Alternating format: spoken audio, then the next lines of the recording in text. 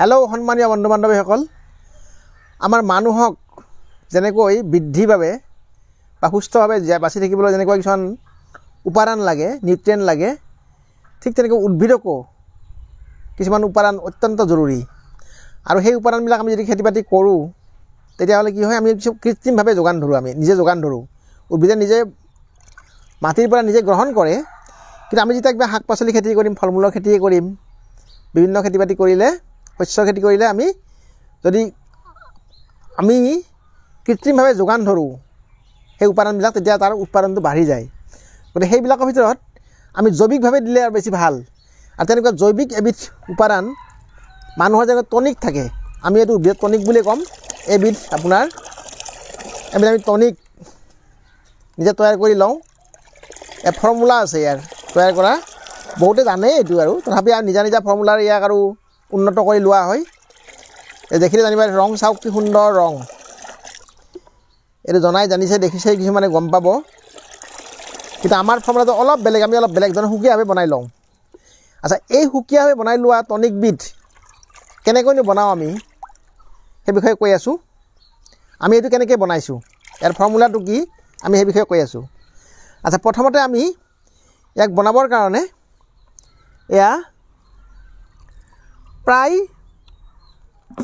3 লিটাৰমান বা 2 লিটাৰমান, 3 লিটাৰ বুলি ক'লে কথা নাই, 3 লিটাৰমান পানী আমি ইয়াতে লৈ ল'লোঁ।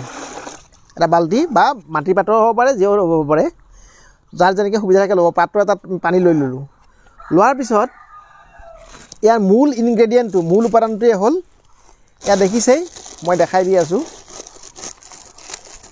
এয়া চিনাকি বস্তু, প্ৰায়বিলাকৰ আমাৰ বস্তুবিলাক ৰুওঁতে আমি ৰেকৰ্ডিংবিলাকত দেখুৱাই দিওঁহে। এতিয়া ইয়াত দেখিছেই, এয়া হ'ল সৰিয়হৰ খলিহৈ, মূল উপাদান দেই।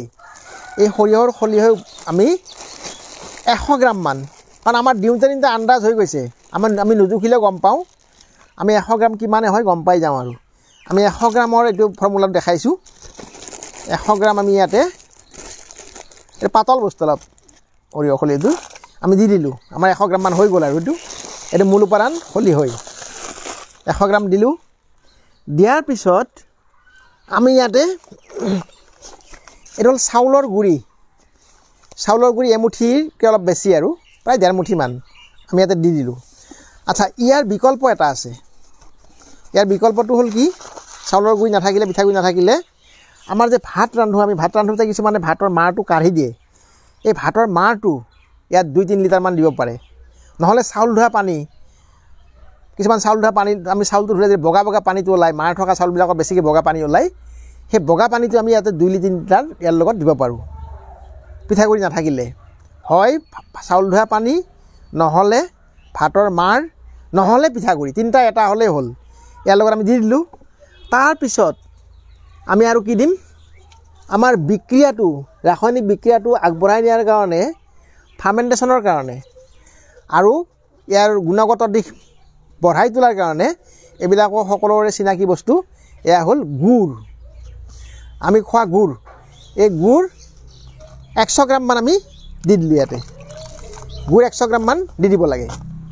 গুড় 100 গ্ৰাম দিলোঁ। দিয়াৰ পিছত আকৌ আমি ইয়াতে এই গোটেই বিক্ৰিয়াটো কোনো ধৰণৰ মানে অপকাৰী বস্তু সৃষ্টি নোহোৱাৰ কাৰণে আৰু ইয়াৰ গুণগত মানটো বঢ়াই তোলাৰ কাৰণে আমি হালধি প্ৰায় 2 চামুচ ইয়াতে দি দিলোঁ, হালধি গুড়ি। এইটো বহুত ধৰণে কাম কৰে হালধীয়া গুড়িয়ে। তাৰপিছত আমি দিম আৰু এটা বস্তু, এইটো খুব সহজ বস্তু, ঘৰত থাকে সকলোৰে। এই পকা কলৰ বাকলি কাটি কাটি দিব পাৰি, এনেকৈ ছিঙি বা কাটি কাটি দিব পাৰে, আৰু কলটো পিটিকি আমি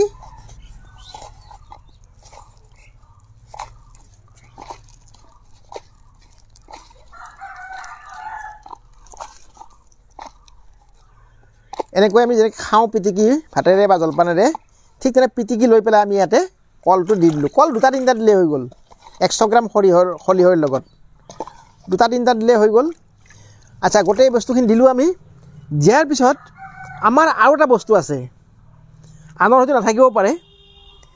এই বস্তুটো হ'ল কি, মানে পাকঘৰৰ পেলনীয়া সামগ্ৰীৰ বস্তু গোটাই থোৱা আমাৰ এচিমিলেটৰ আছে, আমি কেনেকৈ জৈৱ সাৰ বনাওঁ, সেই এচিমিলেটৰৰ যিটো ৰস ওলায় জুলীয়া ৰস এটা ওলায় তলেৰে আমি সেইটো ইয়াতে দি দিওঁ লগে লগে সেইটো ইয়াতে 2 লিটাৰ 3 লিটাৰ যি দিয়ে দিব পাৰে আৰু গতিকে আমি এই গোটেই মিশ্ৰণটো এইটো হৈ দিয়া বস্তু হৈ গ'ল আচ্ছা ইয়াৰ লগত আৰু এটা বস্তু দিব পাৰে কাৰোবাৰ যদি আছে নাথাকিলেতো অসুবিধা থাকিলে দিব পাৰে আমি যে গাখীৰ ফাটে আমাৰ চানা বুলি কওঁ এই চানাৰ পানী যদি ইয়াত দিব পাৰি অকণমান আধা লিটাৰে হওক 1 পোৱাই হওক বা 100 গ্ৰামেই হওক 100 ml হওক চানাৰ পানীটো ইয়াৰ গুণগত মানটো বহুত বঢ়াই তোলে তাৰমানে ইয়াৰ ফলত কি হ'ব আমি 3-4 দিন যেতিয়া ৰাখি থৈ দিম 3 দিন গৰমৰ দিনত 3 দিনতে হৈ যায় ঠাণ্ডাৰ দিনত 4-5 দিন লাগে ৰখাৰ পিছত ইয়াৰ যিটো ৰাসায়নিক বিক্ৰিয়া হয় এটি সুন্দৰ এটা উপাদান সৃষ্টি হ'ব তাৰমানে ইয়াত উদ্ভিদৰ উপযোগী লক্ষ লক্ষ বেক্টেৰিয়াৰ সৃষ্টি হ'ব আৰু সেই বেক্টেৰিয়াবিলাক আমি কৰি যে খেতি পথাৰত দিম